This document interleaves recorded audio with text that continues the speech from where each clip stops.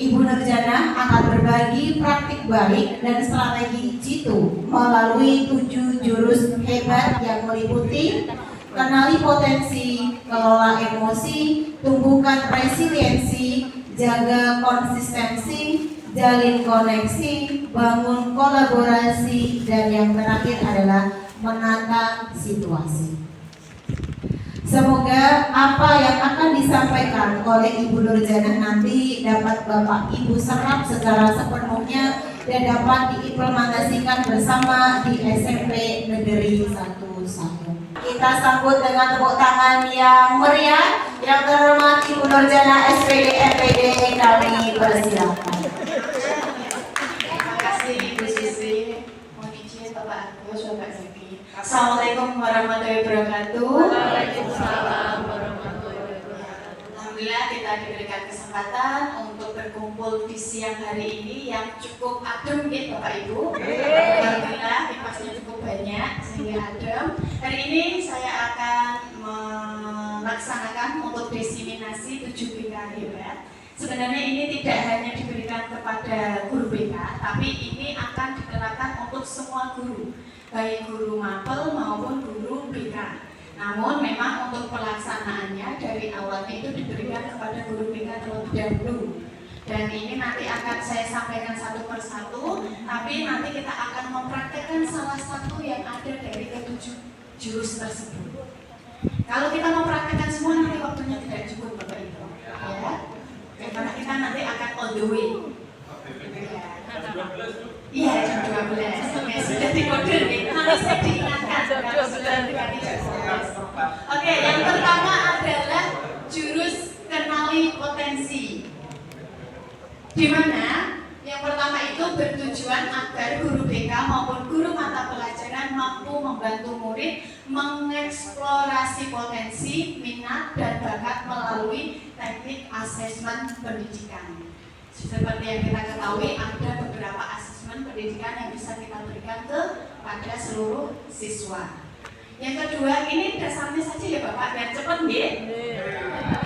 Jurus yang kedua adalah kelola emosi. Bertujuan guru BK dan guru mata pelajaran terampil menerapkan bimbingan langsung di kelas untuk membantu murid mengelola emosi dan stres akademik. Selanjutnya yang ketiga adalah jurus tumbuhkan resiliensi, di mana bertujuan agar guru BK maupun guru mata pelajaran mampu membantu murid membentuk growth mindset. Benar nggih Bu Maria bacanya?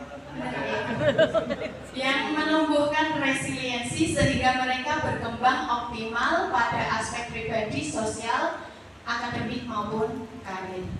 Jurus yang keempat adalah jaga konsistensi. Bertujuan guru BK dan guru mata pelajaran mampu mengembangkan pembiasaan karakter positif pada murid yang dikembangkan berdasarkan nilai-nilai agama dan budaya serta bangsa. Jurus yang kelima adalah jalin koneksi, di mana diharapkan guru BK dan guru mata pelajaran mampu menjalin koneksi dan melakukan komunikasi empati dalam upaya memberikan dukungan awal kepada peserta didik sesuai kebutuhan dan psikososialnya. Jurus yang keenam adalah bangun kolaborasi, di mana guru BK dan guru mata pelajaran menguasai kompetensi sebagai penghubung partisipasi semesta antara keluarga, sekolah, masyarakat, media, serta berbagai pihak dalam melaksanakan proses bimbingan karakter dan pengembangan potensi murid secara maksimal. Nah ini yang terakhir, tapi bukan selesai sekarang ya Bapak Ibu. Yang terakhir adalah jurus ke-7, menata situasi. Bertujuan agar guru BK maupun guru mata pelajaran mampu menguasai kompetensi sebagai penghubung partisipasi semesta antara keluarga, sekolah, masyarakat, media, serta pihak dalam melaksanakan proses bimbingan karakter. Nah, untuk hari ini kita akan berfokus pada jurus ke-6, yaitu membangun kolaborasi. Nanti mohon kerjasamanya untuk kita agar saling memahami dan juga kedepannya bisa saling menerapkan untuk jurus ke-6. Oke, untuk jurus ke-6 nanti, nah Nanti pelaksanaannya kita menggunakan metode ARKA, yaitu yang pertama adalah aktivitas, di mana nanti kita akan bermain peran. Nanti Bapak Ibu bermain peran, bersama-sama mengkolaborasikan bagaimana caranya menyelesaikan masalah yang dimiliki siswa-siswa kita. Yang kedua adalah refleksi, di mana nanti kita mendiskusikan, menggali makna di balik permainan maupun situasi. Di map-map yang Bapak Ibu pegang, di dalamnya juga sudah saya persiapkan LKPD untuk kegiatan refleksinya, ya, yang ada judulnya refleksi. Itu sudah saya persiapkan media di map-map yang Bapak Ibu pegang. Ada LKPD-nya. Yang keempat adalah konsep. Kita memahami secara mendalam esensi, fungsi, tujuan, manfaat kolaborasi. Yang kedua, kita mengidentifikasi permasalahan sehingga guru bisa memahami kapan membutuhkan kolaborasinya. Dan yang ketiga, kita mekanisme kolaborasi dalam penyelesaian permasalahan murid atau problem solving. Yang terakhir, strategi melibatkan orang tua di satuan pendidikan. Nah, yang terakhir adalah aplikasi, yaitu praktek kolaborasi problem solving. Sudah siap Bapak Ibu? Ya, karena di sini itu judulnya jurus, jadi Bapak Ibu guru yang ada di sini itu kita ibaratkan sebagai seorang pendekar. Hari ini kita akan menjadi pendekar untuk menyelesaikan jurus ke-6, yaitu jurus membangun kolaborasi. Oke, saya mohon bantuannya kepada Bapak Slamet untuk membacakan kedatangan para pendekar hari ini dengan nada yang hebat. Silakan Bapak. Selamat datang. Emang tanggal Silakan. Selamat ya. Selamat datang. Ulangi. Selamat datang di Pulau 1001. Sebagai pendekar, kali ini kamu akan belajar jurus bangun kolaborasi. Siapkan diri dan konsentrasi. Siluman egois akan menghalangi. Lawan dan kalahkan siluman itu sebagai tanda kamu sudah bisa menguasainya. Ya, tepuk tangan untuk Bapak Slamet. Terima kasih. Harusnya setelah Pak Slamet bilang itu ada musiknya jeng-jeng gitu deh. Sayangnya Mas Harif tidak menyiapkan. Oke. Berarti Ya, apa?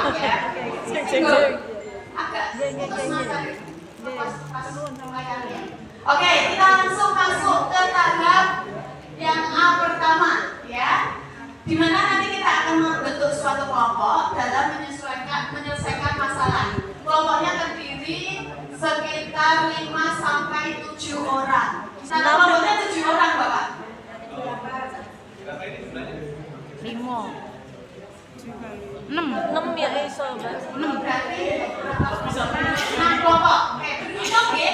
Dan nanti ada yang campuran sama bapak-bapak nggih. Monggo berhitung sampai 6 mulai dari Pak Topik.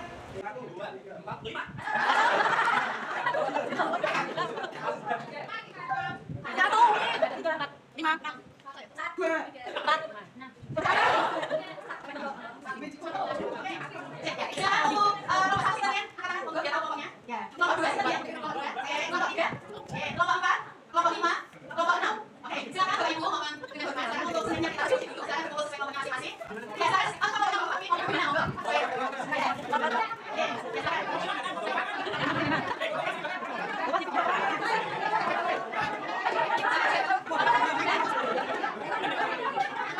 Jangan lupa Bapak Ibu, cari kelompoknya masing-masing. Guys, semangat guys.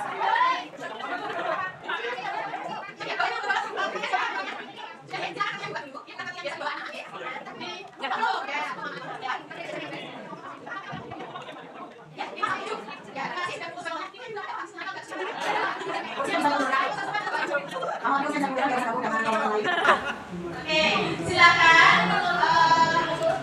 Sudah dapat kartu semua, deh. Nah,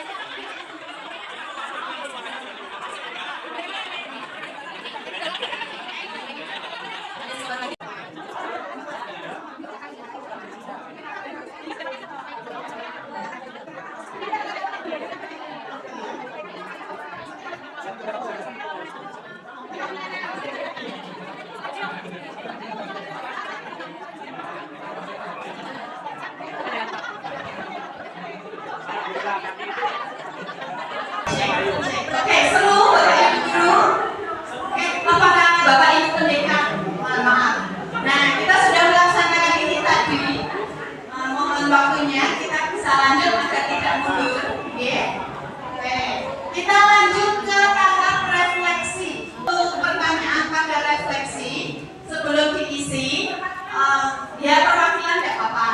Saya ingin tanya dulu, apakah dari beberapa kelompok tadi diskusinya sudah lancar semua? Kelompok Pak Sundoro bagaimana? Lancar, nyaman. Terus adakah yang tantangan terbesar dalam diskusi tadi? Aman semua apa harus semua?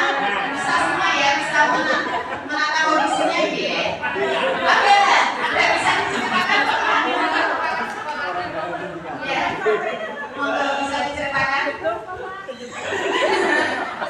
Ini di kelompok kami ada yang menjadi wali murid, ada yang menjadi siswa guru wali kelas, ada yang guru senior, ada yang guru BK dan sekaligus kepala sekolah.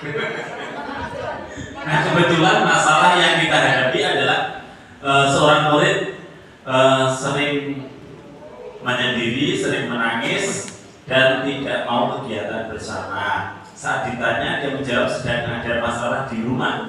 Yang jadi masalah, orang tuanya dipanggil tetapi dia tidak mau jujur menyatakan apa yang dihadapi anaknya, sehingga kita tadi diskusinya ya rodo jalan bersama. Itu saja, terima kasih. Terima kasih Bapak. Untuk yang berperan menjadi guru seperti tadi cara menanggapinya gimana? Monggo bisa disampaikan agar teman-teman kelompok lain juga mengetahui. Karena kita sering sekali juga menghadapi murid seperti itu, ya. Orang tua diundang, tapi tidak cerita apa adanya menutup-tutupi. Nah, sebagai guru, monggo bisa diceritakan cara menanganinya, Ibu. Kebetulan di sini itu wali muridnya menjadi Miss Galau. Oh, bisa. Jadi guru PK-nya agak kebingungan karena wali muridnya dipanggil gak mau datang. Ketika datang emosi aja, maunya marah-marah, anaknya pokoknya bener aja. Nah, untuk guru PK mau gak silakan.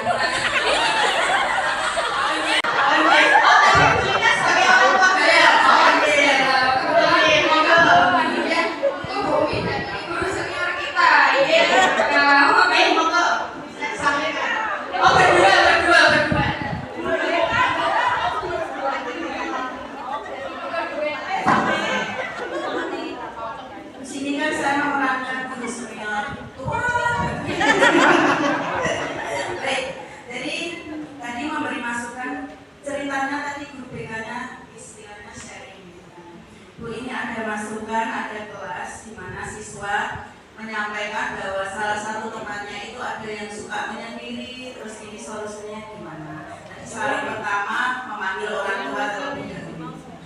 Kemudian untuk yang solusi di kelas mengajak teman-temannya untuk bisa merangkul si anak yang sedang menyendiri itu untuk diajak komunikasi, sering komunikasi, diajak untuk dalam segala kegiatan, aktivitas di kelas maupun di jam istirahat maupun di jam pelajaran, itu maksudnya seperti itu. Nah, tidak tahu untuk masalah orang tua, monggo mereka.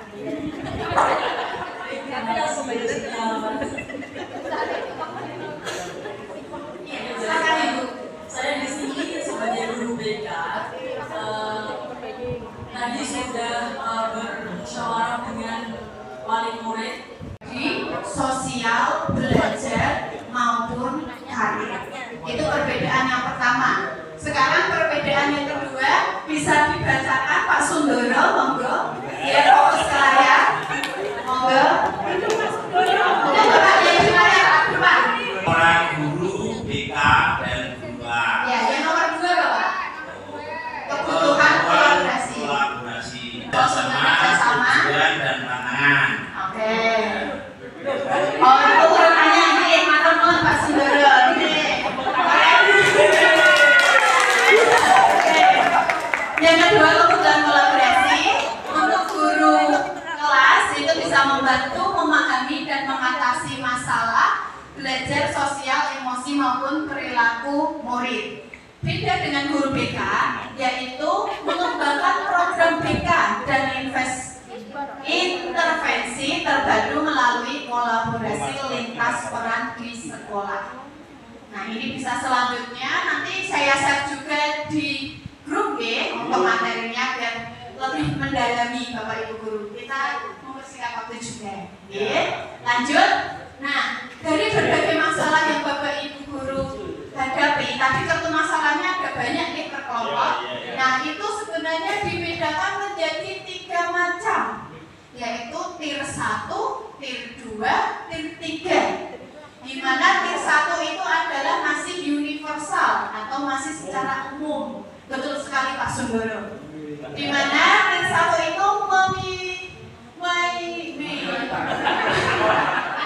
masih fokus nih. Mayoritas murid kebutuhan umum tanpa resiko tinggi. Masalah-masalah umum, misal uang habis, pacaran, langsung menjadi ke bocahnya nih. Nah itu nanti poin-poinnya ada 5. Terus yang kedua, ini mulai menengah Bapak Ibu, di mana itu sudah mulai terarah bahwa murid yang kesulitan, yang mulai terlihat membutuhkan dukungan tambahan. Jadi dukungan tambahan itu tidak hanya diberikan oleh wali kelas ataupun tidak hanya diberikan oleh guru BK, tapi semua yang bertemu murid tersebut, bisa guru mata pelajaran, bisa guru antar kelas dan sebagainya. Ketika ada siswa yang mulai masuk ke tier 2, silakan bisa secara terbuka sama-sama kita menyelesaikan masalah siswa tersebut. Nah, yang ketiga adalah tier 3. Ini paling berat Bapak Ibu, yaitu intensif. Murid dengan kebutuhan signifikan dan kompleks memerlukan layanan individual. Nah, ini mulai memerlukan layanan khusus. Nanti kita baca poin-poinnya sambil nanti kita aplikasikan. Selanjutnya, indikator perlunya kolaborasi dalam penanganan masalah. Nah, ini yang sering kadang bikin guru BK galau. Ada masalah, BK. Ada masalah kan lu BK-nya nekolog dan sebagainya. Ya, cari aman kata saya. Nah, sebenarnya untuk masalah itu kita bisa kolaborasikan bersama, di mana masalah individu ketika penanganannya masalahnya di tier 1 atau masih ringan, nanti penanganan masalahnya bisa dengan guru BK, wali kelas maupun guru kelas. Ketika nanti kolaborasinya bisa juga dengan guru piket, wah rasanya kecil sekali. Intinya hampir sama-sama yang depan tadi. Nanti saya share isinya ya, karena terlihat besar sekali tulisannya. Nah, ini mekanisme kolaborasi dalam penanganan masalah atau problem solving. Nah, yang pertama kita lakukan identifikasi masalah. Kita tidak dianjurkan untuk langsung mengejar kamu nakal, kamu yang bersalah dan sebagainya. Tapi kita diarahkan untuk identifikasi masalahnya terlebih dahulu. Selanjutnya diskusi awal dalam konferensi kasus. Yang ketiga, penetapan tujuan atau strategi dalam penanganannya. Yang keempat, implementasi atau monitoring. Jadi Bapak Ibu, ketika kita menangani masalah siswa, tidak langsung kalau selesai kita lepas hendak, tapi kita tetap monitoring apakah ada perkembangan atau tidak. Selanjutnya kita evaluasi untuk tindak lanjut serta ada dokumen maupun di sekolah. Terima kasih Bu Mala. Selanjutnya silakan Bu Buci yang kedua. Perlunya kita komunikasi dengan pihak rumah agar mempererat hubungan untuk perkembangan siswa. Yang ketiga, mengurangi miskomunikasi. Tadi seperti kelompoknya Pak Bisri, orang tua tidak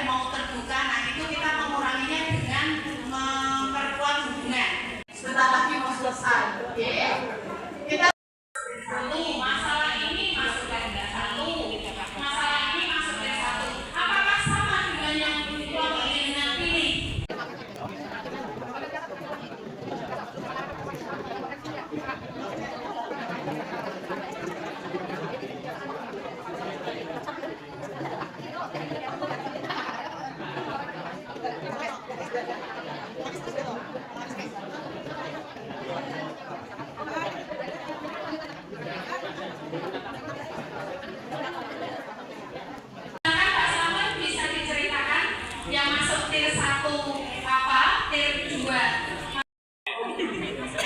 Baik, terima kasih Bu Diana. Yang hasil kinerja kelompok kami diskusi yang pertama, pebisnis muda tanpa pembina. Ini yang masuk tier 1 ya? Tier 1. Oke, tier 1 coba dibandingkan punya dengan sama apa tidak? Monggo. Terus tugas terlalu banyak, jadi ini hanya kita dekati siswanya. Masuk. Yang berikutnya, siswa sulit fokus karena masalah gizi. Oke, itu masuk tier 1. Si. Terlalu cerdas untuk kurikulum. Ya, tier 1. Dari apa yang disampaikan oleh Pak Slamet Priyono, kami menemukan dua masalah yang berbeda. Tadi Pak Slamet Priyono menyebutkan bahwa pebisnis muda tanpa pembina itu masuk ke tier 1 atau ringan. Yang kedua, ada masalah ahli teknologi butuh tantangan, itu juga masuk ke tier 1. Tapi bagi kelompok kami, kedua masalah tersebut masuk ke dalam tier 2, yaitu sedang. Alasannya, Ibu, monggo. Nanti biar Pak Slamet juga memberikan alasan dari kelompoknya. Monggo.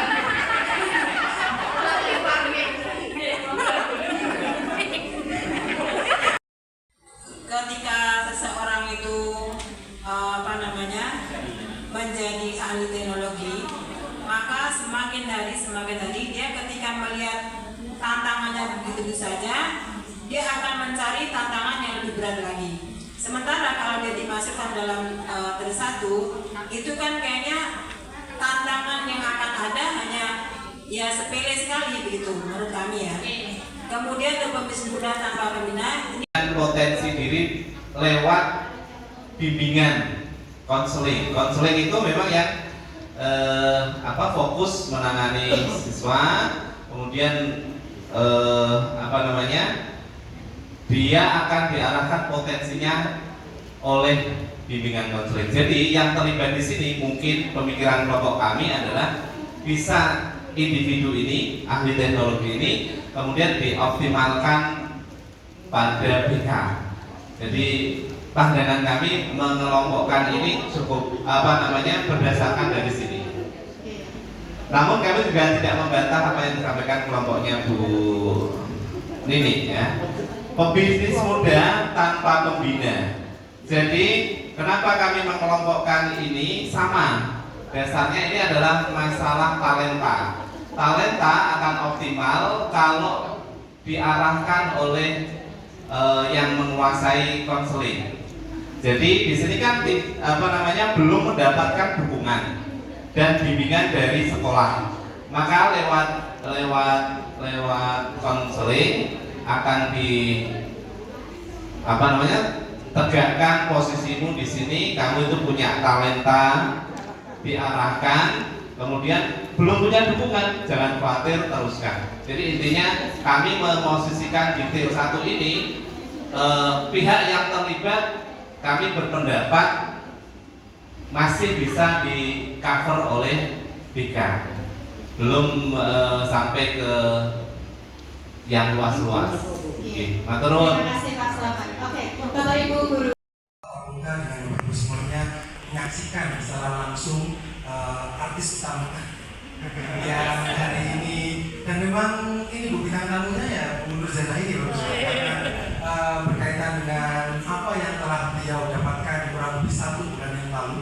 Jadi ini berarti seperti rantai atau seperti mata air, itu kebaikan ataupun ilmu itu dijariahkan. Dan kemarin Bu Nurzana sudah resmi, sudah mendapatkan 7 jurus, sudah mendapatkan ilmu yang hari ini diseringkan ataupun juga dijariahkan 1 kepada Bapak dan Ibu semuanya.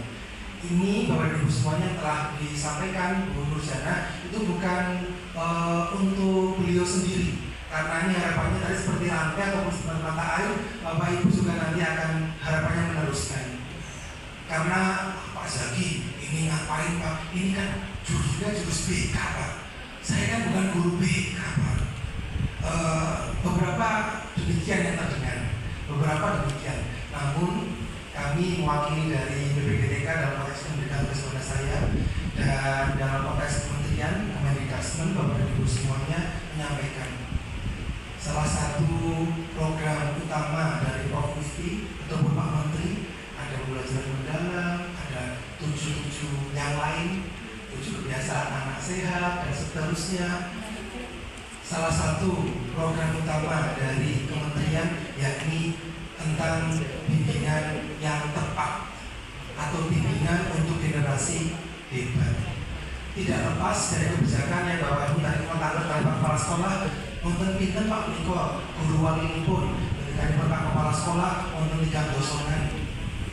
Ini nanti Bapak dan Ibu, pembelajaran sudah punya 7 jurus, 5 jurus untuk siswa, 2 jurus salah satunya sudah dibagi ini adalah untuk sekolah. Jadi membangun kolaborasi itu adalah untuk sekolah menguatkan bagaimana membantu siswa. Tapi yang 5 jurus yang masih disimpan dan tadi ditanyakan juga jurus yang keempat menjaga konsistensi itu diberikan kepada siswa. Yang harapannya ketika Bapak Ibu pas perwalian, bermenawi ataupun waktu mengajar bidang-bidang tertentu bisa menyisipi itu. Karena tugas membimbing itu tugas kita bersama dan harapannya bisa membuat anak menjadi lebih luar biasa. Orang yang mengatur Bapak Ibu semuanya sudah pas 3 menit, saya tanya Bapak Ibu 12 sampai 13 lebih 10 ini sudah 3 menit, maka matahari pagi bersinar cerah. Semoga semuanya senantiasa mendapatkan berkah. Assalamualaikum warahmatullahi wabarakatuh. Waalaikumsalam.